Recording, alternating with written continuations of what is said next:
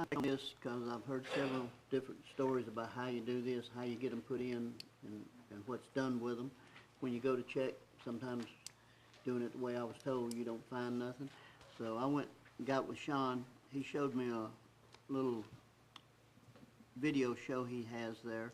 It explains everything, who's in charge of what, and I'd like him to expand on this of how and what you need to do to get this accomplished when you put a work order in. Good morning, Madam Chair, Commissioner. Good morning. I talked to Carl Friday, and he said he had heard different stories of how to do work orders. Some people would tell him to call me. Some people would tell him to call the maintenance superintendent. Some people would tell him to call our office and talk to Ronnie and Ann. And as I explained to him, yes, that's all right. And about different commissioners, I might need things looked at. I do go look at them. Sometimes they want Frank to go look at them. But all in all, when a work order gets turned in our office, even if y'all call me or Frank, we turn it over to Ronnie and Ann. They put in a work order. We've got a SIMS program, which now the sanitation department's using too, that keeps up everything from our budget to our work order, so we can go back and pull history of work orders for the last 10 years of how many work orders have been done on a specific road.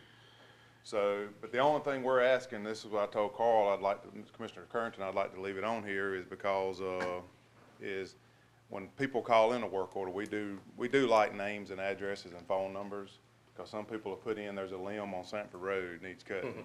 Sanford Road is a lot of miles long. I know we go out there and ride the road and look for a specific limb. We might not get that specific limb. So if y'all would call in work orders, or the citizens call in work orders, please give an address, a phone number we can contact you back at. Because once a work order is put in, my superintendent and another guy at our office ride and look at every work order, document on the work order what needs to be done, and prioritize it, whether it's something that needs to be done immediately that is causing the road damage or drainage damage, or it's something that can be done like weed eating around the mailbox, something that can be done several weeks down the road. But we do like to contact the citizens and let them know, hey, we're going to get out there within the next couple of weeks or next couple of months and try to get your problem done. And if we can't reach that timeline, then we like to have a phone number we can return the call and tell them what's going on. So as I told Commissioner Currington, I'd like to explain this to everybody and the citizens to hear. And there's also a couple different ways you can turn in work orders. We work Monday through Friday, 7:30 to 5:30, and we've got an email address at workorders@rchd.us. You can email in a work order. We've got a Facebook page, Russell County Highway Department, that you could go in there, message or comment a work order and on the page itself. Because that's the only way we can find out problems around the county. I've got 35 employees out on the job every day, and we can't ride 600 miles of road monthly. Some work orders take a week to do, some take 10 minutes to do. So last year alone, we had, I looked this up yesterday, we had 1,352 work orders called in. That's about 7 work orders a day called in. So that's what we deal with daily. 35 people manage that many work orders. So that would be them averaging doing about 7 work orders a day. Like I said, and we have some work orders that take 2 weeks to do, a week to do. But y'all have any more questions about that? As I told Commissioner Currington, anybody got any questions, I've got a slideshow how our whole department runs that I started when Commissioner Corbett did the Citizens Academy. We put a presentation together, and I've kind of evolved that presentation into how our whole department runs and what each of our foremen do and what each of our engineering staff does. So I got a lot of Madam good Chair, feedback I'm from sorry. the people that saw that as well. The people that run the Citizens Academy had some good feedback on it. Well, and that's what I like getting up and explaining things like this, because a lot of people, I didn't know 9 years ago when I started what the county engineering department done or the highway department done.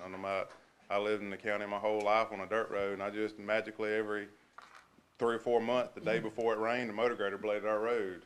So, and there's always the day before it rains. So I didn't know you could call in. And that's what we're here to educate the public on what we do. And I like the Citizen Academy because it did educate the public, let them know what we do, because most people think we do nothing on a daily basis. Madam Chair, Yes. I would like to thank the engineer, Sean, and his department, because I do call in work orders. Matter of fact, we're going to go riding. We go riding sometime. I haven't had any complaints about the work orders and how they are acted out. Some have called me and say they called in a work order and hadn't heard from me. But then 99% of the time I can, resolve that. with the cities. And I would just like to thank Sean and his department for what they do for this county every Well, day. Thank you, and we do have occasional one slip through the crack, 'cause 1,352 that two people deal with, it's kinda, no matter, you can't, sometimes you think you call somebody or call somebody and don't get back in touch with them, but, and that's, I like to hear y'all's feedback on that, 'cause we're always out there to improve. I wanna satisfy every citizen. Madam Chair, Sean, I don't have any complaints. I do appreciate your attentiveness when I do call in things, so thank you. I have a suggestion, Sean. If you could put that on a printout and maybe we could leave it on the desk over here when our people come to the work session or either to the business center. And that might help to alleviate some, they'll have that to make reference. The deputy coroner, Commissioner Reed. Madam Chairman, as you know, the coroner is very important in Russell County. If the sheriff gets sick or whatever and he can no longer run his office, the coroner take over, not the chief deputy of the sheriff's department, but the coroner take over. And I'm talking about if something happened to the sheriff. As you know, I think Prentice Griffin, back in the day, Prentice Griffin took over. I mean, Leslie Vance took over when something happened to, I think, when Prentice Griffin passed away, Leslie Vance took over and the governor make an appointment. That's how it worked. But anyway, make a long story short, I think he got enough funds in his budget. His budget don't need to be amended, anything like that. And he entitled to have a full-time person in his office. And I'd like to entertain a motion, so he got enough money. I don't know how much he's gonna start his chief deputy off, but I think he got enough money in his budget, whatever. That'd be his call, how much he started the chief deputy off with.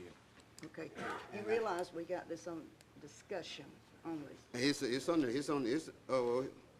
the discussion item. right, so, It's supposed to be on the business item. It made a mistake on that, though. It's supposed to be up on the business item. Because I asked Bess to put it up on the business item, because I wanted to go ahead and vote it on. But that's fine, though. She made a mistake on that. Well, we just went over the entire agenda. But it slipped my mind, though. Why is this coming up like 2 weeks after we approved the budget? Reason Because why- this came up then and it wasn't addressed. Yeah, Gentry, but anyway, I had talked to the coroner, and he asked me, he told me he really need, because when he go out of town, he don't have nobody full-time to take over. Doesn't he have 2 deputies? He got two deputies, those deputies just only fill in when But when one of them cannot, work or whatever, but he said he can eliminate that if he had one full-time person. Oh, he said he'd take rid of the 2 deputies if he had one full-time? If he had one full-time person, that would be his call, though. I understood he said he would not do that. Because most of the time he did, when you have a deputy, or some of those people, they don't get salary. They just, they just work at the pledge, you know what I'm saying, at the corner. They really don't get no, some of them, he had a guy that was working for him, didn't get no salary. But, of course, since this is not upon the business, I guess Madam Chairman, we'll just wait till the next meeting. next meeting, we just add this upon the business in the next meeting, though. Okay, and did I understand, He got Mr. enough money, though, in his budget, though, to Okay. hire a full-time person, and that's what we want to do. yeah, I wanted to understand, you would be willing to give up your 2 part-time? I don't know, Pee Wee, come up here for a second, let me ask you a question. You can ask him right back. Since we on the discussion right here, this full-time person, you still gonna be able to keep your 2 deputies, or what? How you gonna handle that part?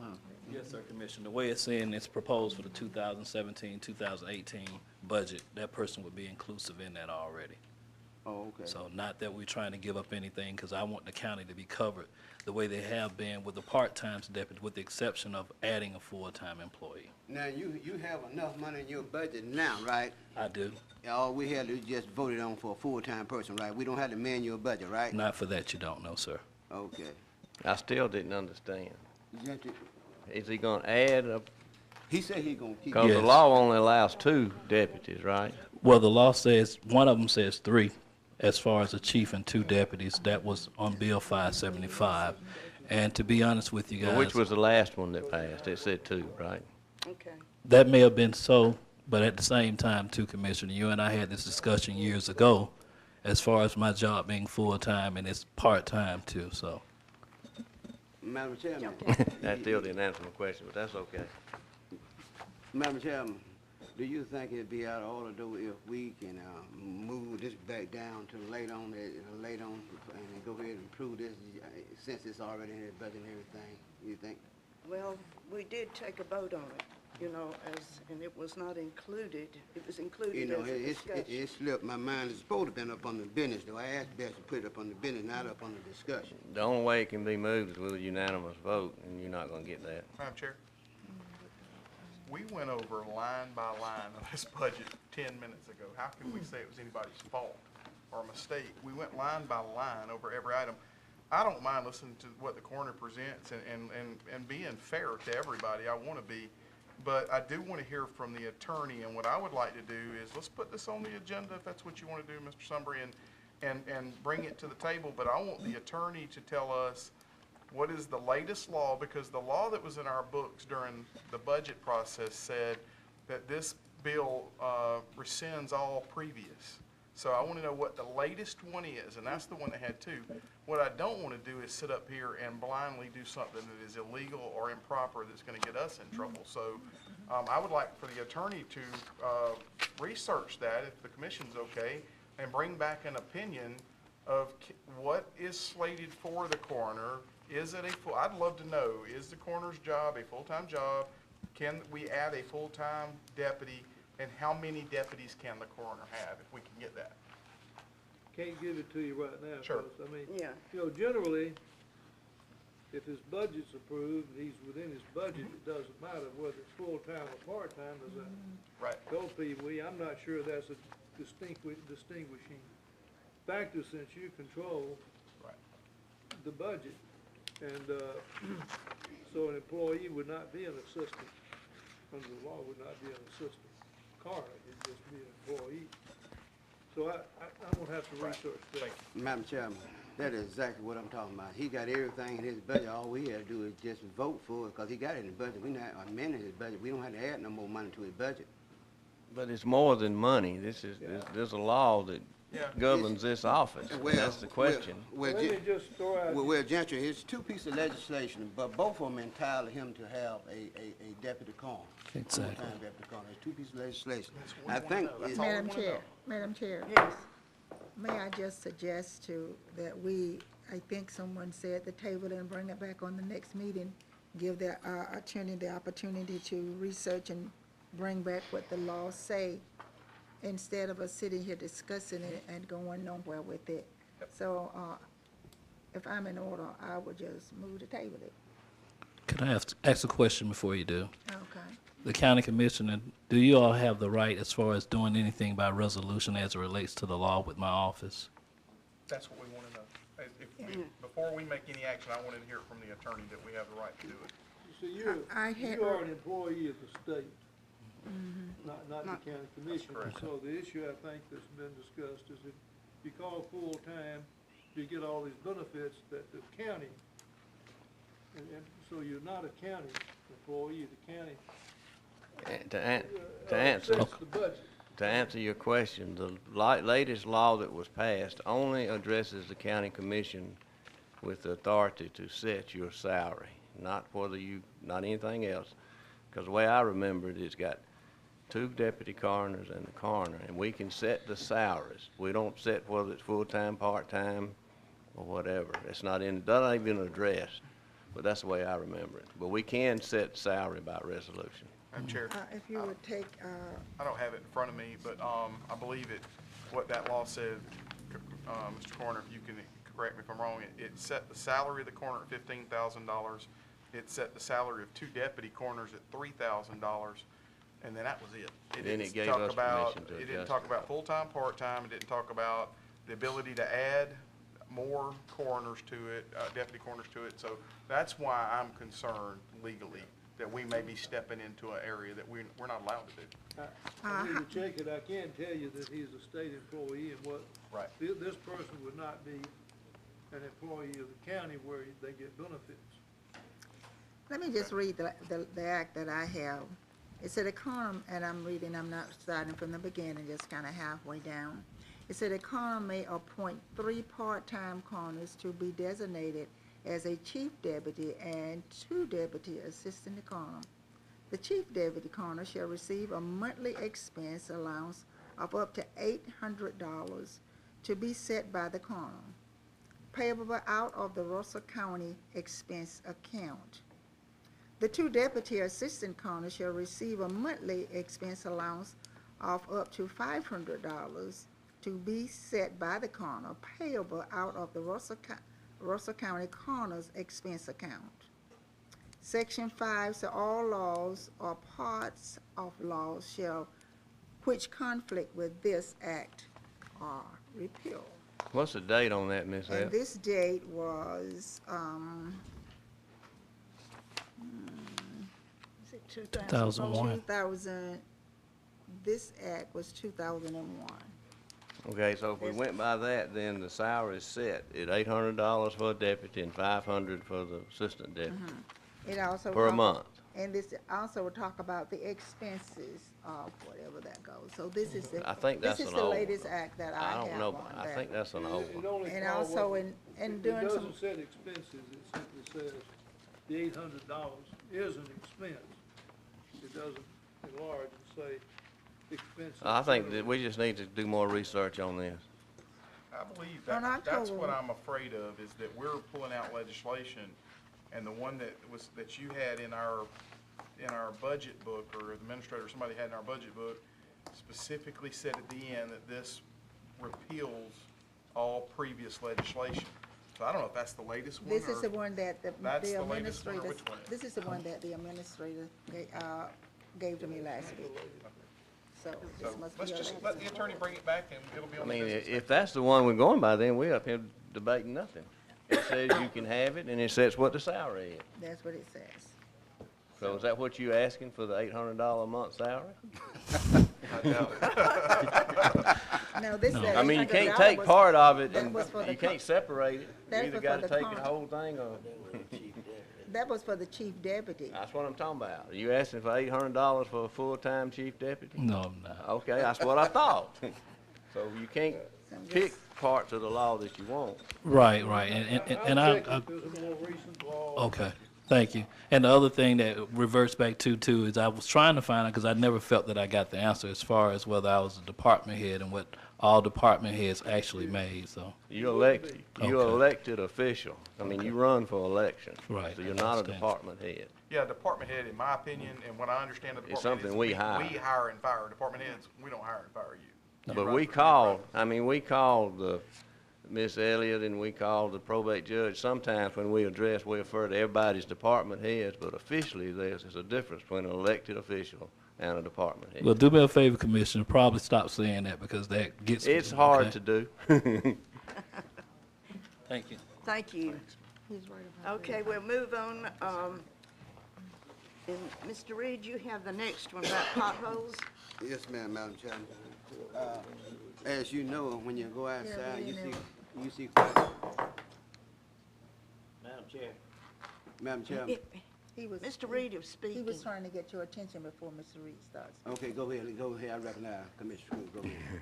I was not clear as to what we were gonna do about the deputy coroner. I'm gonna check and give y'all, Reason Best I myself, can Ms. Epps opinion. offered a motion to table, and he asked to speak before we Second. got a second, so It that died. kinda threw it out of order. Well, you, I guess it died, and it's just discussion. under so we discussion, you don't take have any to action. table discussion. Discussion doesn't require a vote, so it doesn't have to be tabled. It's just that's what it is discussion.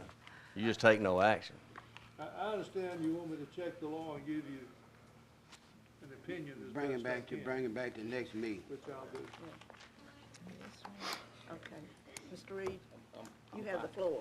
Yes, ma'am. Madam Chair, as you know, when you walk outside, quite a few potholes, and I know some people, when they be coming in, they, be having problems when they hit the potholes, and, you know, they not satisfied with the parking lot like that. So we need to go out there and find some kind of way, and I would like to see we do that right there, 'cause you go up to our judicial building, And the parking lot up there so nice and pretty, but when you come down here and you got a nice building, when you come out here and you got a regular parking lot. Okay. So I like to see them holes out there, you know, fixed, patch or whatever. I like to see the whole parking lot.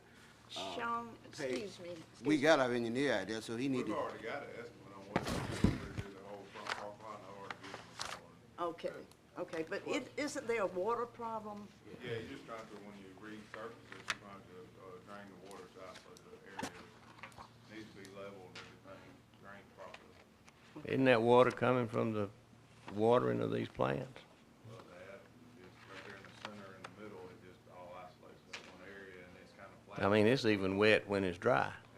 Yeah. And the part that we patched, the first time is held up well. It just extended past that now and started. But it's gonna have to be, all this is gonna have to be milled down because of curb and gutter, so you're gonna have to mill it 1.5 to 2 inches and come back refill everything. And that means closing the parking lot. You can probably do it in sections. We take a lot of holidays, we would do it on holiday.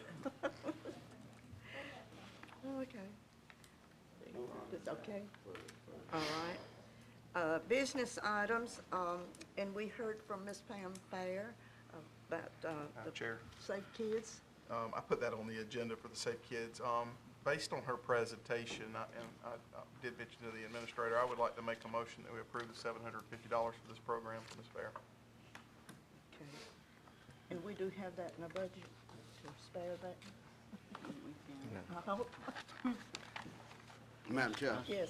it was up for discussion. Did you get a second on that No, yet? I hadn't had a second. I'll second it. Okay. Thank you. And since we're in discussion now, I'm in favor of this, but, and it doesn't seem like a lot of money, but I really hate to approve any budget item without Ms. Horn being here. And, so I'm gonna say that Mr. Corbett will pay that $750 if we don't have it, and I'll help him. I agree with that, I will do that.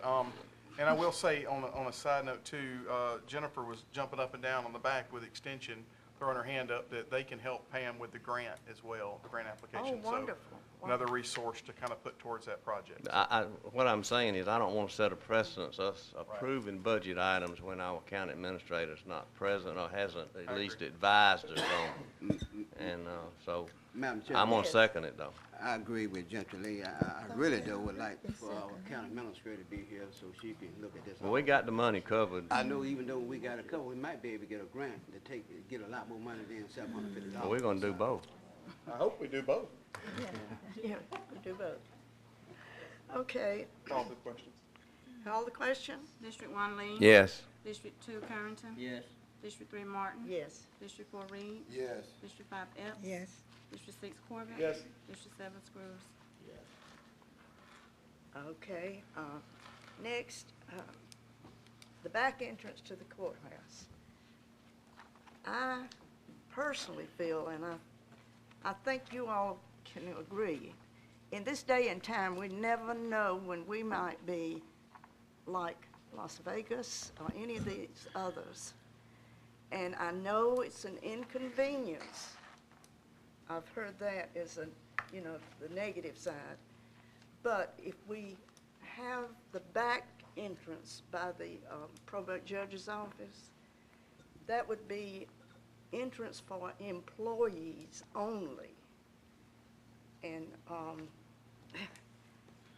that, you can't keep all of the riffraff, I'll call it, out that won't cause harm. Were you gonna say something? Yes, Madam Chair, have the sheriff addressed this yet? Have we asked the sheriff to look at the security of the courthouse? Because the sheriff is ultimately, required to, or not required, asked to coordinate security for the courthouse. Chief, I don't know if you have anything on that or not. We'll take a look at it. It needs to be locked. I agree. 100%. But if we do lock it, we need to get enough signs up so that somebody has to park over there, doesn't work all the way around here, then don't find out till they get there that it's locked, and then have to walk all the way back around. So we need enough signage before you get there that that's not a public entrance. You have to go around to the front. Well, it's hard to manage one entrance, much less, two or multiple entrances, so. Well, I know Grover has talked about this, and like he said, he can't secured both entrances, really, in reality. Even with a pair of skates, you couldn't do that. Well, isn't this end down here? But if we can deter Isn't this end some over here? break-ins, On the this number one side? thing is public safety. This end, that's what I'm And saying. I would like to ask our chief deputy there, Alexander, to discuss that with the sheriff. We'll take a look at it and Yes. get back with the chair and be able to, Right. bring something back at the next meeting. Right, like someone said to me, now they can come in back door and go up those steps, and there we are upstairs, the commission or the probate judge's Well, room. they can't get in the commission office, that's for sure.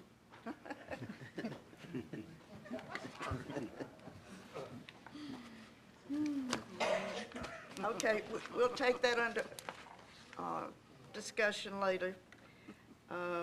Next is the handicap restroom construction contract. Commissioner Corbett. The wiregrass. Did we take off the wiregrass? We didn't take off the wiregrass. We didn't? I thought it was still on I there. thought she wanted to take it off. No, she won't. Oh, She okay. put it on there. Yeah, commissioners, on the last commissioner meeting, I had asked that we would bring the Wiregrass appointment up later. After we looked into it, we found out that we can, have, one of the employees to fill that position. So I talked with Ms. Carla, Thomas, I don't know why I wanna call you Davis, about the position, and she said she would be glad to fill that position. So I'm going to recommend, do we have to vote on this? So I'm going to motion that we, Ms. Carla Davis fill that position and go Thomas. to the Wiregrass. Carla Thomas. I don't know why I wanna call her Davis. Ms. Carla Davis, wanna call, I'm still saying Davis. Ms. Carla Thomas fill that position, for the commissioners. Second. We have a motion and a second of appointment for Ms. Carla. So- What's your last name, Carl? Dudley?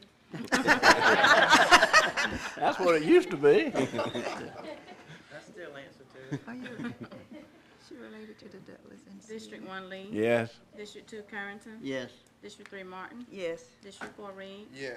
District 5 Epps. Yes, District 6 Corbett. Yes. District 7 Screws. Yes. and I would like to say to Ms. Carla, the next meeting is 2 weeks from today, and I'll give you the card with the address on it, so you can get there, okay? Thank you. All right. And Commissioner Thank Corbett? you, Madam Chair. I put this on the agenda and asked the attorney to bring us back a draft of the construction contract. Although I made notification to the commission back in September that we were working on a restroom project, and it is in the budget, and I did make the notification of over $7,500. Because it's the amount it is, the auditors require a construction contract with the company. So that's all this is formality, the amount of $14,500 to the company to actually finish up the restrooms, and that's plumbing, electrical, and construction items.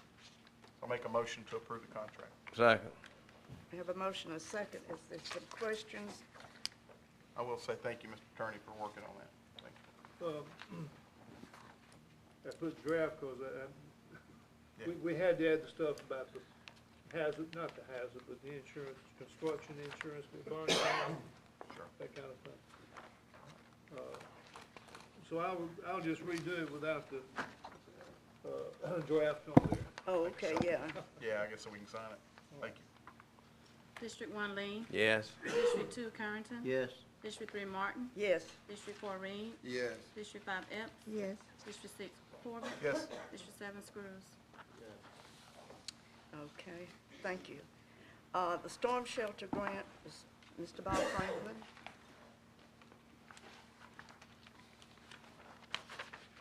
Good morning, Madam Chair and Commissioners. Morning.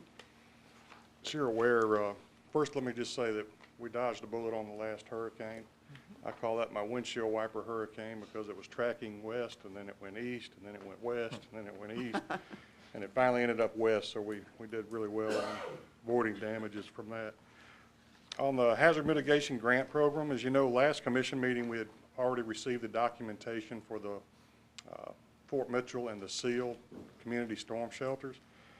Thursday, Friday, we received all of the individuals who had applied, as well as the Ladonia and Hurtsboro community shelters. And I just wanted to kind of run over this real quick on the individual shelters. The county's not going to pay anything out on that. The individual is responsible for that amount, and then we'll coordinate with them and send a claim to the state. And once the state reimburses the 75% up to $4,000, they're going to reimburse that to the county, and then I'll come back and ask you to send that money to that individual. So we'll make sure that they understand it'll probably be a 30, 60, 90-day process to get reimbursed, just depending on the timing. On the community safe room side, you see the federal share that I provided to each of you. And then on the county share, part of that's not really cash, but it does cost us money for the in-kind work that we do, and it's also property values that are included in that as well. So with that, I would like to ask that we approve the individual shelters and have Ms. Martin sign these forms DR 42510017, 18, 19, 20, and 24, as well as the community shelters of 4251 0021 and 28. Motion to approve. I second. We have a motion and a second. Any questions to Bob? I just got one question. Explain to me that again now, how the money is going to come to the county and then we have to give it back to an individual?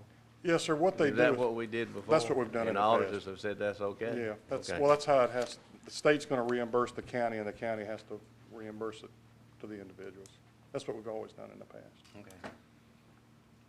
Okay, the public commission. District 1 Lee. Yes. District 2 Carrington. Yes. District 3 Martin. Yes. District 4 Reed. Yes. District 5 Epps. Yes. District 6 Corbett. Yes. District 7 Screws. Okay, Bob, you have the next one also. Okay. Got the rest of them. Yeah. I think the next one is the state local disaster assistance agreement. What this is just verifying and applying to the state for reimbursement for Hurricane Irma, when we had all of our folks working overtime and all the equipment that we used. We can get reimbursed up to 75% from the federal government and then 12.5% of that from the state, and it'll end up only costing us 12.5%. And this is just authorizing us to apply for that funding. Motion to approve, Madam Chair. Thank you, Ms. Epps. Second. And we have a second. Commissioner Corbett. Any questions on that? Hearing none, will you poll the commission? District 1 Lee. Yes. District 2 Carrington. Yes. District 3 Martin. Yes. District 4 Reed. Yes. District 5 Epps. Yes. District 6 Corbett. Yes. District 7 Screws. Okay, and you have the next one. And the final one is, as you're aware, we got a grant, a Homeland Security grant to place security cameras in the courthouse. Our first bids came back really high, and we cut the number of cameras down, and we also went to a higher resolution and newer technology. We opened those bids on Friday, and part of the requirements was that everyone send in their state business license. As it turns out, the low bidder did not put a copy of his license in there, but I did check and verify that he did have an expired state license. And all of the rest of them that had applied had also had expired licenses because they all expired September 30th. So I would ask that we approve the low bidder with the condition that he renew his business licenses before we proceed. And who is that, Bob? That's going to be Elevated Security. This is within the grant and. Yes, sir. And I'm glad you brought that up. This is actually well below the grant, and we did have a spec in there to add additional cameras, and we want to add those additional cameras to get us up to about the $18,000 mark where the grant was at. Just so we need to clear this up about licenses, and so we don't get too bad of publicity on it. Licenses expire On on the September 30th. 30th, Grace but period you've there. got like till December, or I don't know how long a period you have to renew it. October is the grace period, and then The then whole you get month of October? Yes, sir. Okay. They don't even let you renew your license until 1 October, that's what it's So we don't- everybody's is expired. Right. And we open bids on the 5th, so. There's a grace period, they're done without penalties. Why is he Then on talking? November, we start issuing citations without I just didn't want to get on the press that all of our businesses listed here don't have a license. If they do, they will. They have do, it. that's right. They all expired at the same time. And they all have to renew this month. Can I ask you where Elevated is? Is it local? Phoenix City. All right. Yes, sir. Make a motion to approve. I'll second. Have a second. Okay, Republic Commission. District 1, Lee. Yes. District 2, Carrington. Yes. District 3, Martin. Yes. District 4, Reed. Yes. District 5, Epps. Yes. District 6, Corbett. Yes. District 7, Screws. Thank you very much. We'll move on to the county attorney portion, and he did give us a letter that, about going into executive session. So we need to have a motion and a second. How about that? Chair, make a motion to go into executive session. I'll second. Okay, will you call the commission? District 1, Lee. Yes. District 2, Carrington. Yes. District 3, Martin. Yes. District 4, Reed. Yes. District 5, Epps. Yes. District 6, Corbett. Yes. District 7, Screws. Yes. And I would like to read these announcements before we dismiss or recess. We're going to come back, aren't we? Oh, yes, ma'am. Okay. The announcements are tomorrow, October the 12th. We've been invited to attend the Commanding General's State of Fort Benning presentation. It will be 3 p.m. to 4 p.m. at the Columbus Library, and that's on Macon Road. That's 3 to 4. And then on October 14th, the Exchange Club will have their annual fundraiser. It's a sporting clay event at the Arga Rosa. And also there's one Brooks Memorial, that's what it's called, Brooks Memorial Sporting Clay, Lee Road 244, Salem, Alabama. And then we have down at the historical Fort Mitchell historical area is the Blacksmith Expo will be held at the, and we call it the Fort Mitchell 1813 Historical Park and Museum. That's part of it. Chair, one more, and I'm sorry for leaving it off, but on October 21st in Crawford, that'll be the final market days of the year and this calendar year. And we're going to combine our day in the park for that event as well. So it's October 21st from 8 a.m. to 1 p.m. Thank you. Thank you. Okay, we've had did you public commission on that? We are recessed, To executive session. and we're going In the Judge Probate's office. Judge Probate's office, and we need Mark. Can you come with us, Mark? Thank